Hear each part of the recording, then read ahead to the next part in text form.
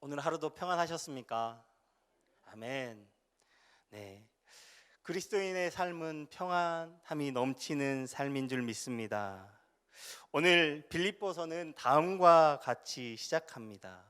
1절 말씀에 그리스도 예수의 종 바울과 디모데는 그리스도 예수 안에서 빌립보에 사는 모든 성도와 또한 감독들과 집사들에게 편지하노니 하나님 우리 아버지와 주 예수 그리스도로부터 은혜와 평강이 너희에게 있을지어다 라고 이렇게 시작합니다.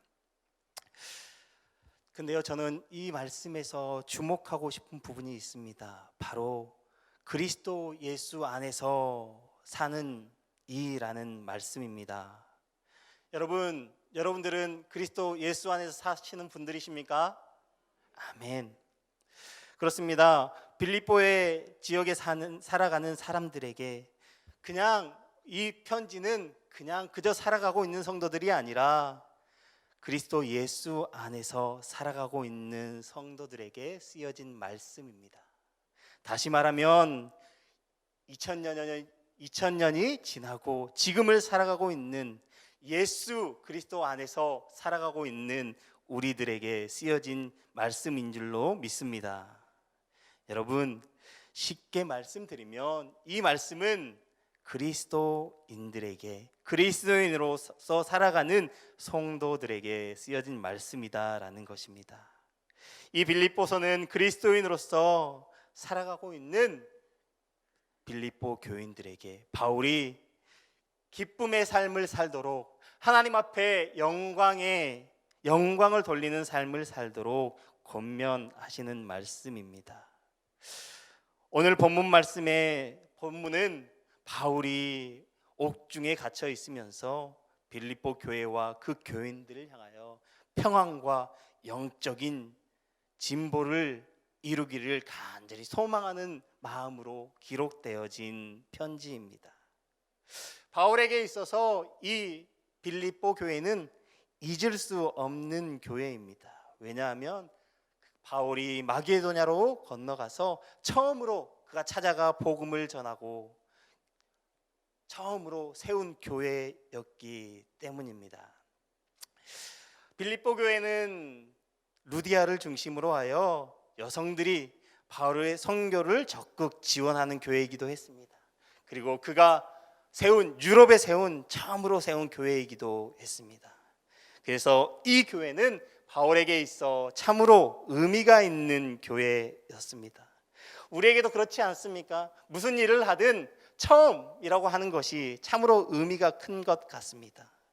우리가 무엇인가를 하다가 항상 잘못되어질 때 무엇을 강조합니까? 처음 시작했을 때 그 마음을 강조하곤 합니다. 그렇습니다. 그만큼 이 바울에게 있어서 빌립보 교회는 너무나도 잊을 수 없는 의미가 큰 교회였습니다. 그런데 바울에게 아주 기쁨의 소식이 들려옵니다. 이들이 주 안에서 너무나도 복음에 따라서 잘 살아가고 있다라는 소식이 들려옵니다. 오늘 본문 말씀에 앞서 1장의 말씀은 그들이 어떻게 살아가고 있는지를 이렇게 말씀하고 있습니다. 3절 말씀에 내가 너희를 생각할 때마다 나의 하나님께 감사하며 간구할 때마다 너희를 위하여 기쁨으로 항상 간구함은 너희가 첫날부터 이제까지 복음을 위한 일에 참여하고 있기 때문이라. 아멘. 무엇 때문이라고요? 복음을 위하여 참여하고 있기 때문이다라고 말씀하고 있습니다.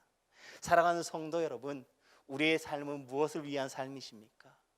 복음을 위한 삶이 되시기를 주님의 이름으로 축복합니다. 바울은 이 빌립보 교회가 믿음 위에 굳게 서기를 간절히 바라고 있습니다. 바울의 상황은 이렇습니다. 이 교회를 지금 직접 찾아갈 수가 없습니다. 왜인 줄 아십니까? 너무나 잘 아시다시피 바울은 감옥에 갇혀 있기 때문입니다. 바울은 전과 사범입니다. 세상적으로 보면 전과 사범의 사람입니다. 무엇을 위한 전과입니까? 예수 그리스도를 위한 전과인 줄 믿습니다. 예수 그리스도를 위하여, 복음을 위하여 갇히게 된 줄 믿습니다. 그런데 이 바울이 이 빌립보 교회를 향하여 기도하고 있습니다. 오늘 본문 말씀에 앞서 1절에서 11절까지의 말씀은 빌립보 교회를 향한 바울의 간절한 기도가 적혀 있습니다. 그는 옥중에서도 빌립보 교회를 잊지 않고 간절히 기도하고 있습니다. 먼저는 빌립보 교회의 사랑이 더욱 넘쳐나기를 바라는 마음에서, 그리고 그 사랑이 그저 맹목적인 것이 아니라 지식과 총명을 갖춘, 그리고 절제와 분별력이 있는 그러한 사랑이 가득 넘치기를 기도하고 있습니다. 그것은 성도가 가져야 할, 성도 진정한 복음에 합당한 생활의 기초가 되는 말씀입니다. 그리고 더 나아가 바울이 빌립보 교회를 위하여 기도하는 것은 교인들이 예수를 구주로 믿어 제사함을 받는 사람이라면 성령으로 말미암아 믿음의 풍성한 의의 열매를 맺기를 간절히 기도하고 있습니다. 더 나아가서 그들의 삶이 하나님 앞에 영광 돌리는 삶이 되기를 기도하고 있는 것입니다. 사랑하는 성도 여러분, 이 기도는 지금을 살아가고 있는 우리에게도 하나님이 원하시는 것임을 믿습니다. 우리의 삶이 사랑으로 가득 넘치고 의의 열매를 맺으며 하나님 앞에 영광 돌려드리기를 주님의 이름으로 소망합니다. 그래서 그리스도인의 삶을 사는 우리에게 사도 바울은 복음에 합당한 삶을 살아가라라고 말씀하고 있습니다. 바울은 그리스도를 위하여 살고 그리스도를 위하여 죽기로 작정한 사람이었습니다.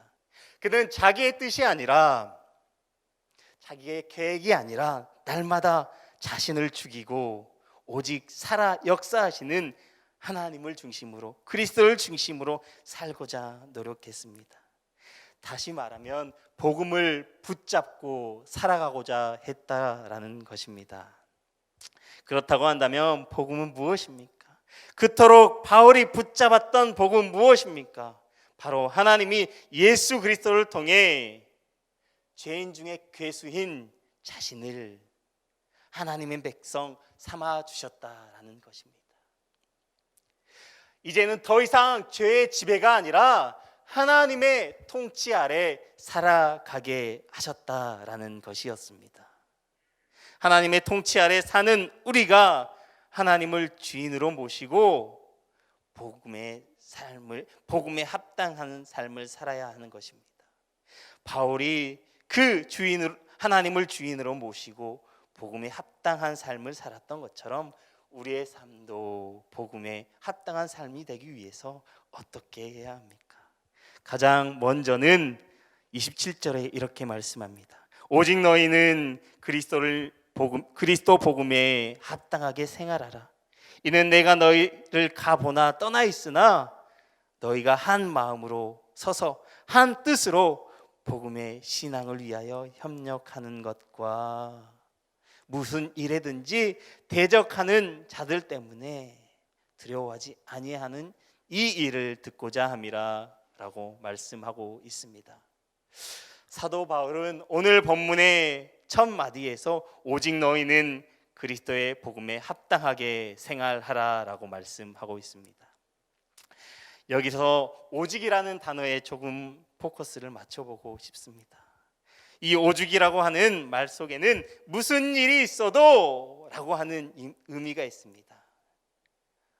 성도들에게 있어서 무슨 일이 있어도 그리스도의 복음에 합당하게 생활하라 라고 말씀하는 것입니다. 내가 기쁠 때만 그 복음에 합당하게 생활하는 것이 아니라 고난 중에 있을지라도, 역경 가운데 있을지라도, 환난 중에 있을지라도, 슬픔 가운데 있을지라도, 어떤 일이 있을지라도, 무슨 일이 있을지라도 복음에 합당하게 생활하라라고 말씀하는 것입니다. 여러분, 이러한 삶을 사시기를 주님의 이름으로 축복합니다. 그것이 그리스도인의 삶인 줄 믿습니다. 여기서 생활하라고 하는 말은 시민답게 살아라 라고 하는 의미를 가지고 있습니다. 이 헬라어의 원어를 자세히 들여다보면 이 생활하라고 하는 말은 시민답게 살아라, 즉 빌립보 교인들에게 있어서 그들의 시민권은 하늘에 있기 때문에 하늘의 시민답게 살아라 라고 강조하고 있습니다. 이 빌립보라고 하는 도시는 로마의 식민지였습니다. 그리고 로마 군대에 퇴역한 군인들이 로마의 시민권을 가지고 살아가고 있던 도시였습니다. 그래서 이 빌립보 시민들은 대부분 로마 시민권을 가지고 있었습니다. 그리고 로마 시민들보다 더 로마적인 삶을 살기 위해서 노력하는 사람들이었습니다. 로마의 언어를 사용하고 로마인들처럼 옷을 입고 로마인들처럼 먹고 마시고 그렇게 살아가고 있었습니다. 로마의 시민으로서의 모든 권리를 누리며 살아갔습니다. 그런데 바울은 이 빌립보 교회 성도들에게 로마의 시민이 아니라 하늘의 시민권을 가진 그러한 삶을 살아라 라고 말씀하고 있는 것입니다. 하늘의 백성답게 살아라 라고 말씀합니다. 그것이 바로 그리스도의 합당한 삶이다 라는 것입니다. 그리스도의 복음에 합당한 삶은 바로 하늘의 시민권을 가진 이의 삶인 줄 믿습니다. 바울을 통해서 우리에게 깨우치고자 하는 말씀은 더 나아가면 한마음 한뜻으로 복음의 신앙을 위하여 협력하라 라고 말씀합니다. 여러분, 그리스도인들에게 한마음 한뜻으로 살아가라고 말씀합니다. 바울은 이 빌립보 교인들을 향하여 마음이 하나가 되어 복음을 위하여 열심히 애쓰라, 복음을 위하여 살아가라 라고 말씀하고 있는 줄 믿습니다. 시편 말씀에 보면 성도의 연합함이 얼마나 아름답고 귀한지를 말씀합니다. 형제가 연합하여 동거함이 어찌 그리 선하고 아름다운지요 라고 말씀하고 있습니다. 이것은 그리스도 예수 안에서 형제된 성도들이 서로 그 안에서 교제하고 나누며 살아가는 교회의 모습을 보여줍니다. 여러분, 그 연합함의 아름다움이 어떻게 표현되고 있습니까? 그 연합함의 아름다움은 서로의 상처가 치유되고 그리스도의 복음이 퍼져나가고 생명이 전파되어지는 아름다움인 줄 믿습니다. 이와 같이 성도의 아름다움의 연합의 생활이 결국은 그리스도의 복음에 합당한 삶인 것을 우리 모두가 믿으시기 바랍니다. 복음에 합당한 생활은 무엇보다도 예수 안에서 거듭난 성도들의 연합인 줄 믿습니다. 우리 성낙성결교회 모든 교인들이 한마음 한뜻으로 주의 몸된 교회를 위하여 서로 사랑하며 섬기며 살아가시기를 주님의 이름으로 축복합니다. 그리고 두 번째로 복음에 합당한 삶은 어떤 고난의 상황에서도 두려워하지 않고 담대하게 생활하는 것입니다. 28절 말씀에 아무 일에든지 대적하는 자들을 인하여 두려워하지 아니하는 이 일을 듣고자 함이라. 이것이 저희에게는 멸망의 증거요 너희에게는 구원의 증거니 이는 하나님께로부터 난 것이니라. 아멘. 그렇습니다. 사도 바울은 이 말씀을 통하여 빌립보 교회 교인들에게 주변의 많은 핍박과 거짓 교사들의 수많은 유혹 속에서도 두려워하거나 도망치지 말고 회피하는 것이 아니라 담대하게 맞서 영적으로 승리하기를 권면하고 있는 것입니다.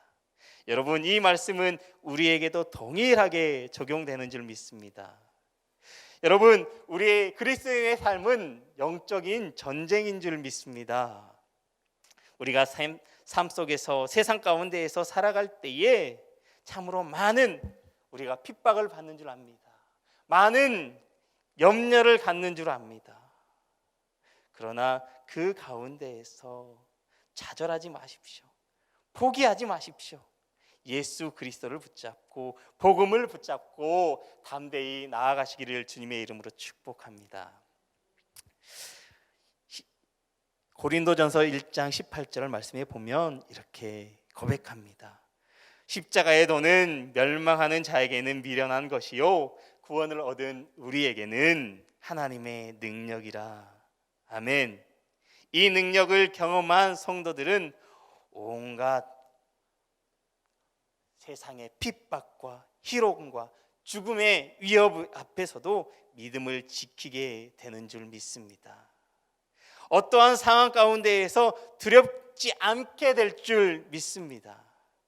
여러분, 이와 같은 사람들은 세상이 감당치 못하는 사람들인 줄 믿습니다.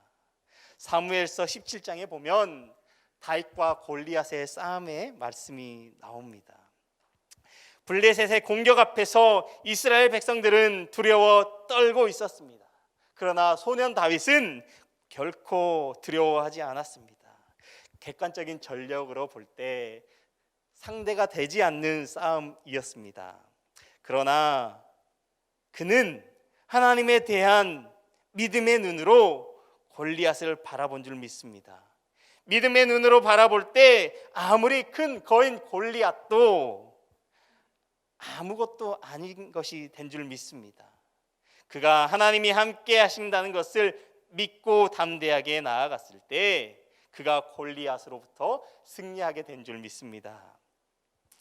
이와 같은 경험을 한 다윗은 시편 3장 6절에 이렇게 고백합니다. 천만인이 나를 둘러치려 하여도 나는 두려워하지 아니하리이다. 아멘. 여러분, 이 고백이 세상 속에서 살아가는 우리들에게 이 고백이 참 고백이 되시길 바랍니다. 세상의 사람들이 나를 쓰러뜨리려 하여도 무너뜨리려 하여도 내가 두려워하지 아니하리다 라고 고백하는 우리 성락교회 모든 성도님들이 되시길 바랍니다. 여러분, 이 같은 믿음을 가진 성도는 세상이 두려워합니다. 이 같은 확신을 가진 성도는 세상이 무서워합니다. 여러분, 히브리서 11장에 보면 많은 믿음의 선진들에 대한 고백이 나옵니다. 그들은 어떠한 상황 가운데에서도 두려워하지 않고 담대하게 생활한 사람들이었습니다.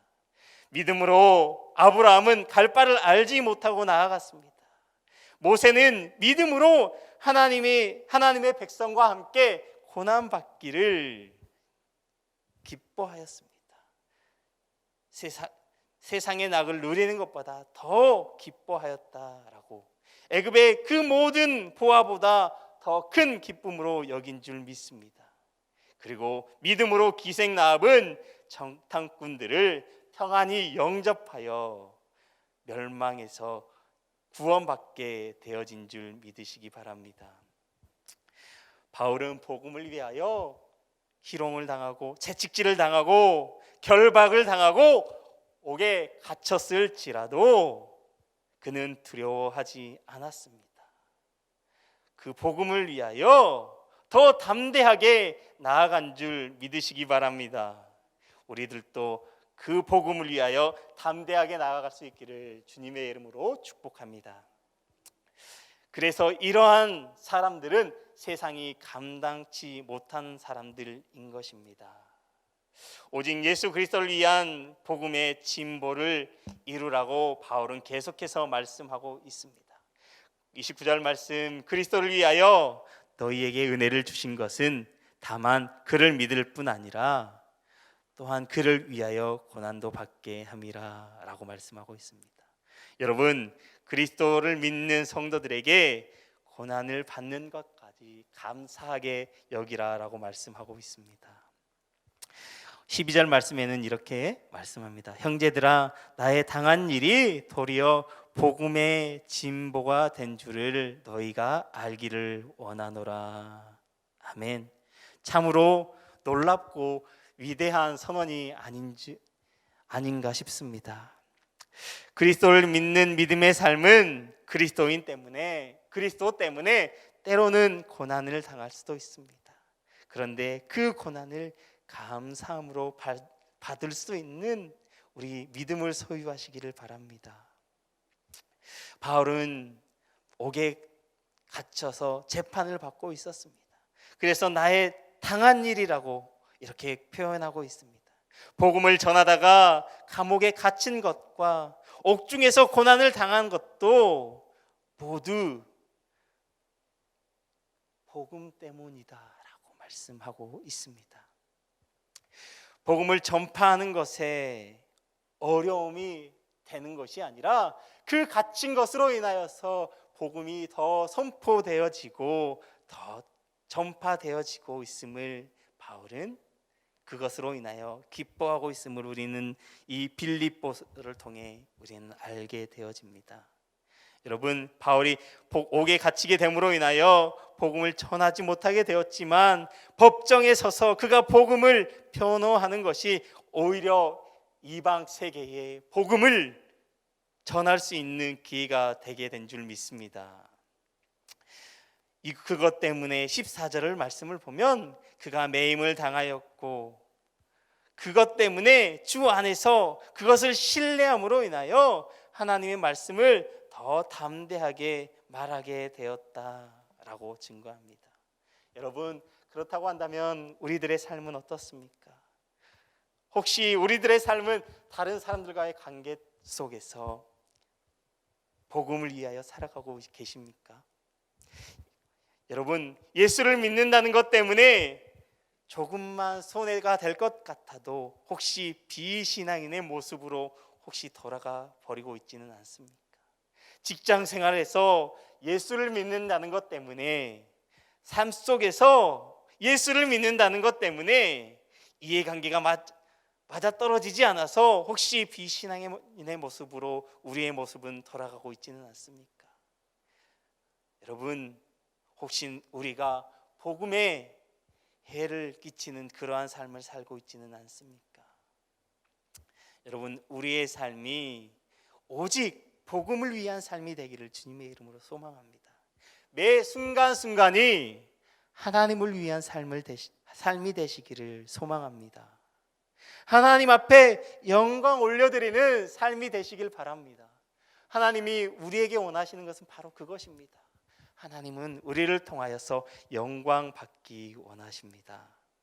여러분, 복음을 믿는 자들은 믿음에 합당한 삶을 살아야 합니다.